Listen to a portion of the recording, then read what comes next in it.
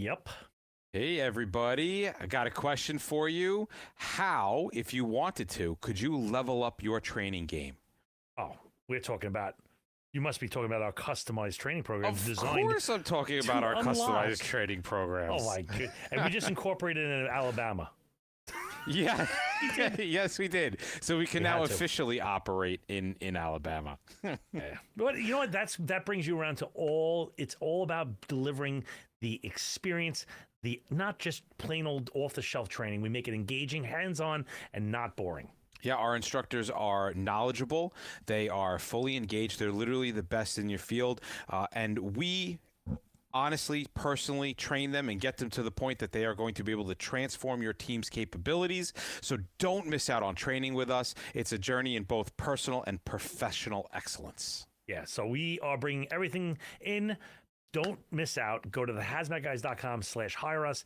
Reserve your spot, because we were just talking about this before line. The spots are filling up fast. Yeah, they are. We're like 6 months out right now. So we were literally just having conversations like, how do we tell people those are blackout dates now? Yeah, like we have like eight classes going on the same day.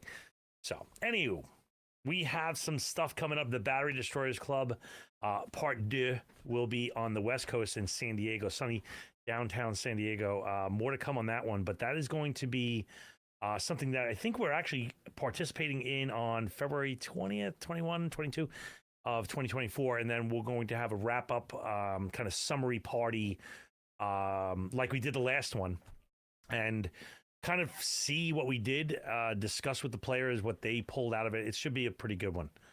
Yep. And then we have our after action report. We're going to have our second after action report podcast. This is going to be the first Wednesday of February, which is February 7th. Now, we are pretty sure that because of the guest, this is probably going to be a 3 or 4 day podcast. So for those of you who do not know of the incredible Rick Emery, by all means, come on and join us. It is a long form format. It's live, and then it's available on YouTube. But what makes it great is that it is listener interactive. So you can comment, you can bring questions. You want to break his chops, we can break his chops. So come on, guys. It's a lot of fun. I love it. Conference is coming up. I think the next one up is WAMR, the Wisconsin one. Then the old New Englander. That's going to be March 26th. OMRA, April 8th. Michigan, April 15th. Cold Zone, May 8th. South Carolina, May 19th. Oh, and New York State, I apologize, February 16th. That is like in 2 weeks. I'll be up there. And there's many more. Oklahoma, May 15th. That's another one. Just went on the list. So a lot of stuff moving around. Yeah, and there's always the Baltimore and the ones that are our standards. Yeah. So back to the topic at hand, part 3, as you can see from the topic below, the psychological hurdles of hazmat techs. 2 more of the 10. So this will be numbers 5 and 6 of the 10. I think they're a little bit more of the obscure, but still mega important. I think this first one is extremely relevant. I think it's relevant because for us, the fire department, which is where hazmat stems, right? You have the culture of hazmat, which has been formed by the culture of the fire department. And the culture of the fire department is very big into this. It's group thinking. Group thinking is a psychological tendency where the desire for group harmony leads to irrational and poor decision-making outcomes, with members always looking to avoid critical evolution of ideas. So this kind of almost lands into a couple of different sayings that we love, right? Firefighters hate 2 things: change and the way things are. Right? So and you see this a lot in the you go to the firehouse and they're doing something some way, and you go, hey, why do we do it like this? And their answer is, well, because this is how we've always done it. That's the paradigm. So this is definitely something that can stem into the hazmat world, and I kind of feel like it might be a culmination of a couple of different of the psychological fallacies kind of coming together to play a large group picture. But what do we have? What would be some other examples of group thinking? Well, a couple of the real life ones. We pulled out 3 that are right in that vein is the Challenger space shuttle disaster from way back in 1986. I remember being in a library when that happened. I was sitting in the classroom watching it go off, and it happened, and the teacher shut it off and never spoke of it again. Okay, let's put that to bed. But in this one, NASA engineers and decision makers proceeded with the Challenger launch despite concerns about the O-ring seals failing in cold weather, and the group think contributed to this dismal loss of these concerns in favor of maintaining the schedules leading to the tragic explosion. In fact, if for a little bonus material for you guys, there is a tremendous TED Talk, was it? I don't remember. I don't think it was a TED Talk. No, it was not a TED Talk. It was actually an IAFF presentation. That's it. That was done and recorded and posted on YouTube. It was called the Normalization of Deviance by some guy named Scott. I don't remember what his first name was. He was an astronaut. He was an astronaut, and I urge you, listen to that presentation because it is uncanny, the parallel to the fire and hazmat. And perfect. You see it, if you're honest with yourself, you see the normalization of deviance in your everyday life. I know I did it as I did things in the fire. Like after watching that video, the normalization of deviance, I went, do we do stuff like that? And I sat down and I came up with a list of like 10 things. I had about 12 years in the hazmat when I saw that video. And I was able to write down a list of 10 things within 5 minutes of things that we no longer do now that we did 10 years ago. And that was the normalization of deviance. Just weird little like double bagging contaminated equipment and putting goosenecks on them is something that we used to do, and then we just kind of slowly moved away from it. So that would be an example. More modern example, the Enron collapse. For those of you who weren't financially savvy back in 2001, Enron was a company that completely, literally just one day existed and one day didn't. And the downfall of Enron can be partially attributed to this groupthink idea. Executives were fostering a culture of conformity and being super uncritical towards the what would you call it? If you have a problem, acceptance. Yes, the acceptance of really, really bad, risky financial practices, which ultimately led to the company's fraudulent activity and a absolute total collapse.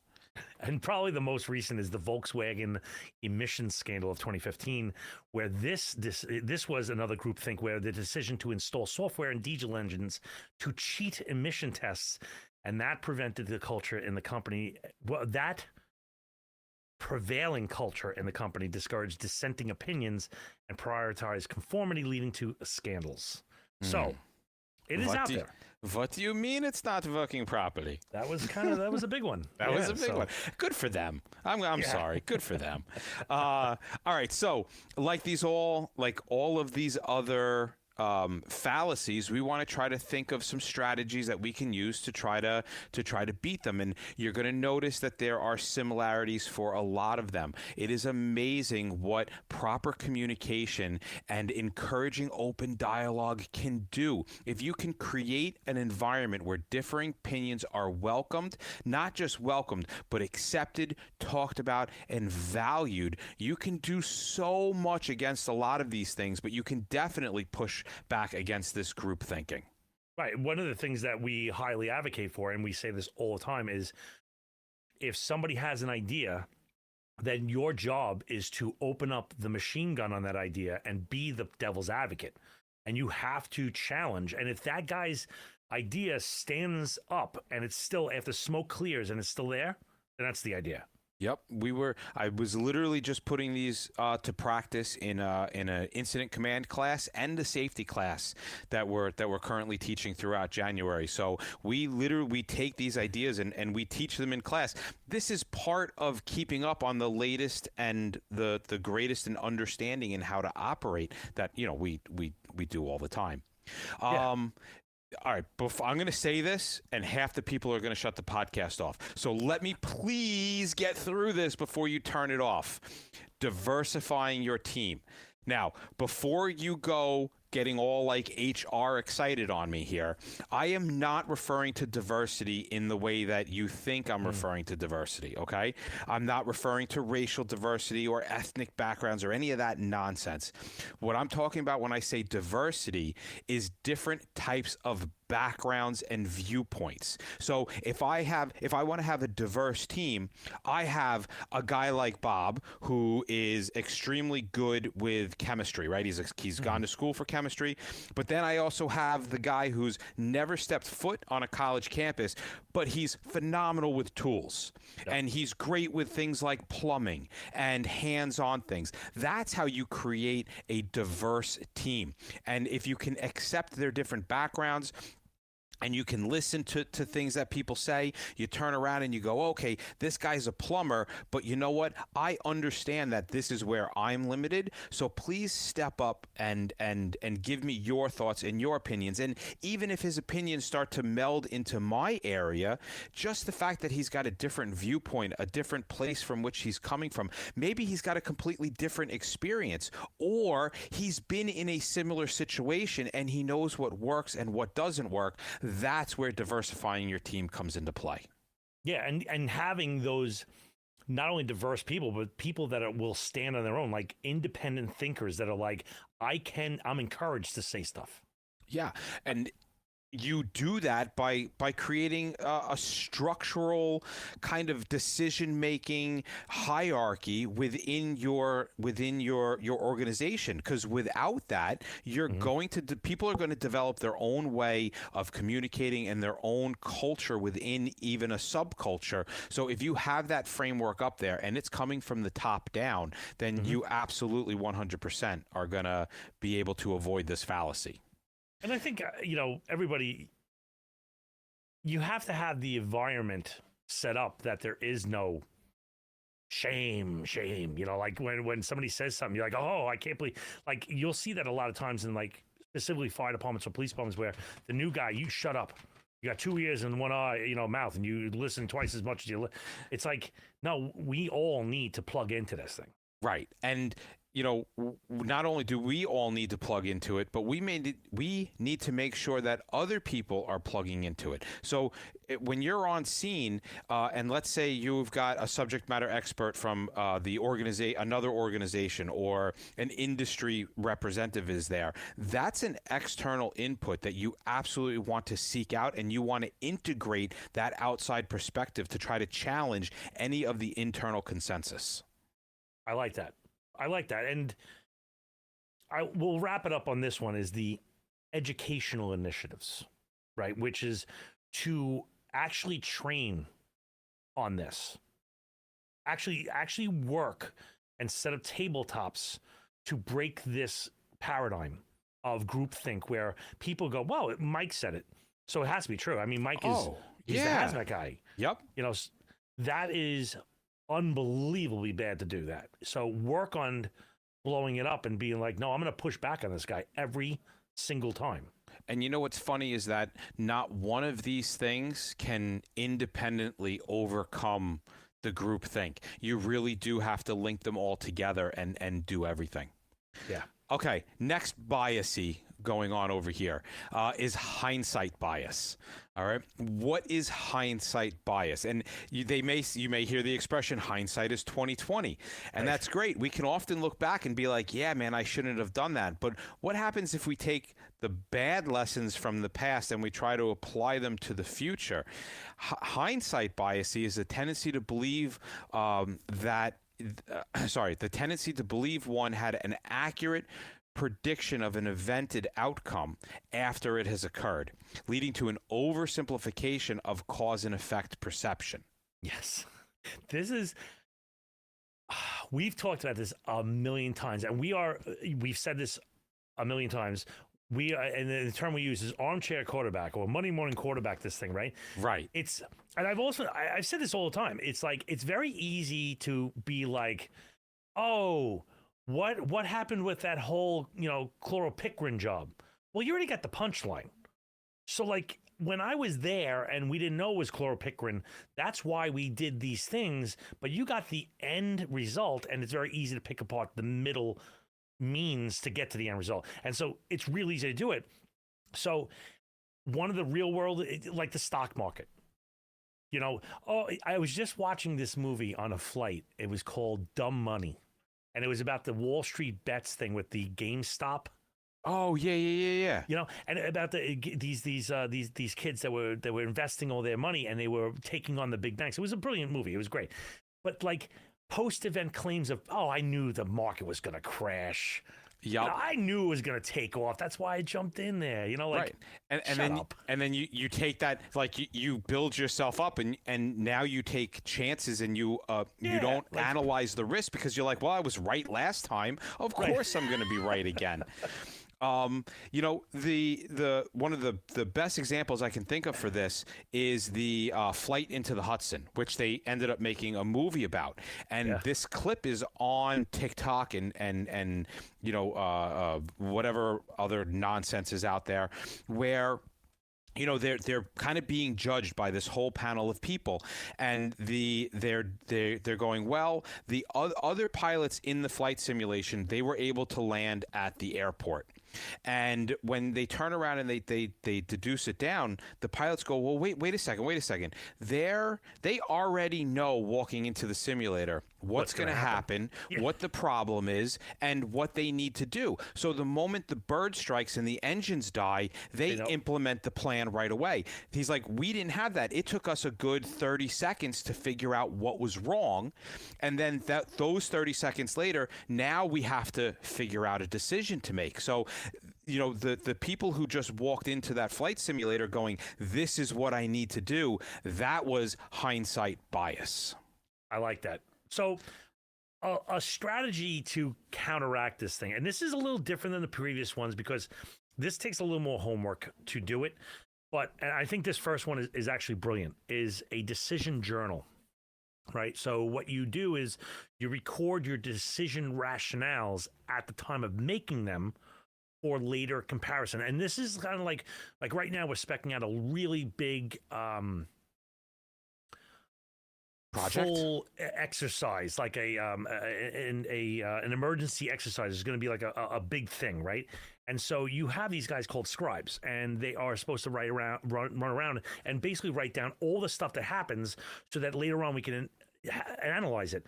Well, this is kind of the same thing where you want to write down what you made the decision and based upon what for further analysis later. I think it's really it's a growth thing. It is a growth thing. And as an instructor, you can actually bring that concept into the classroom. And it's very, very simple. And we do this, and all of our instructors are encouraged to do this as well. We start the classroom by saying, we're going to ask you a question. But in reality, we don't really give a shit what your answer is. Right. You can answer yes, you can answer no, you can answer blue, you can answer purple, you can answer wet, you can answer dry.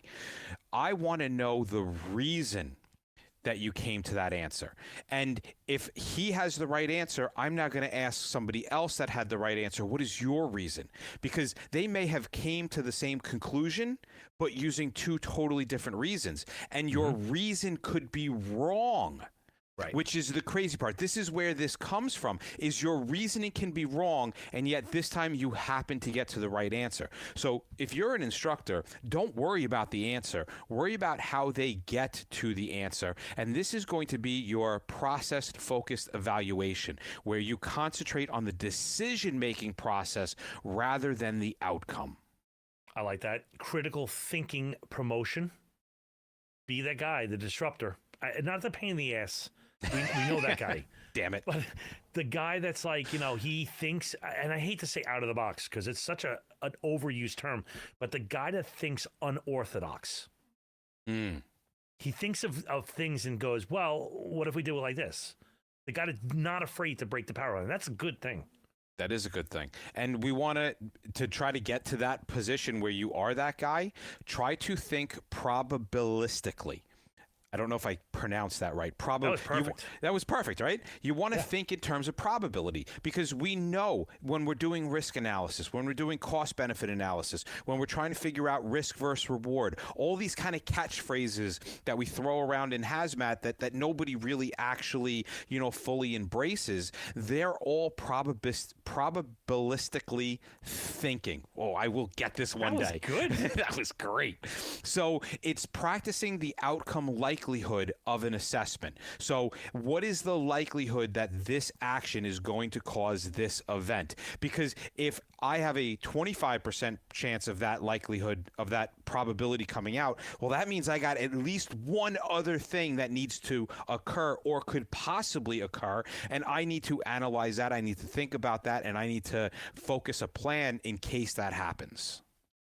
We've said this before, but you want diverse perspectives, right? You want people, you want plumbers, and you want the weightlifters, and you want the chemists, and you want a diverse crowd of people for before decision time is, and then post decision time, because you're getting at the Ron Burgundy guy goes, "Boy, that escalated pretty quickly." like I didn't see that one coming. You need those guys. They kicked Baxter. All right. So another thing that can help fight this is learning about the past, right? We often will say history doesn't repeat itself, but it often rhymes. If you can turn around and you can look at prior case studies, hazmat is low frequency, high risk. So it's not going to happen a lot. There's a good chance that you might only have one experience in X, Y, and Z. Well, why not seek out other people who have had that experience and learn from them prior to you being in a position where now you have to try to figure out what to do? Yeah, and even acknowledge complexity. And I know we've spoke about this because I've seen instructors do this, and it drives me up the wall. Is that you'll have instructors that are simplifiers and exaggerators, right? And they'll take this whole physics thing is just quarks and bosons. It's like you just people have PhDs in that. You did it in one sentence. Like that's way too much oversimplification. Or the guy will be like, "Yeah, we're just talking about pumps," and like 3 days, and you're like, well, you can't talk about pumps for 3 days. Like nobody can do that. That's insane. So understand that oversimplification of events in either historical or analytical reviews could be a bad thing. Acknowledge, embrace the complexity, and plug more people to break that apart and be better.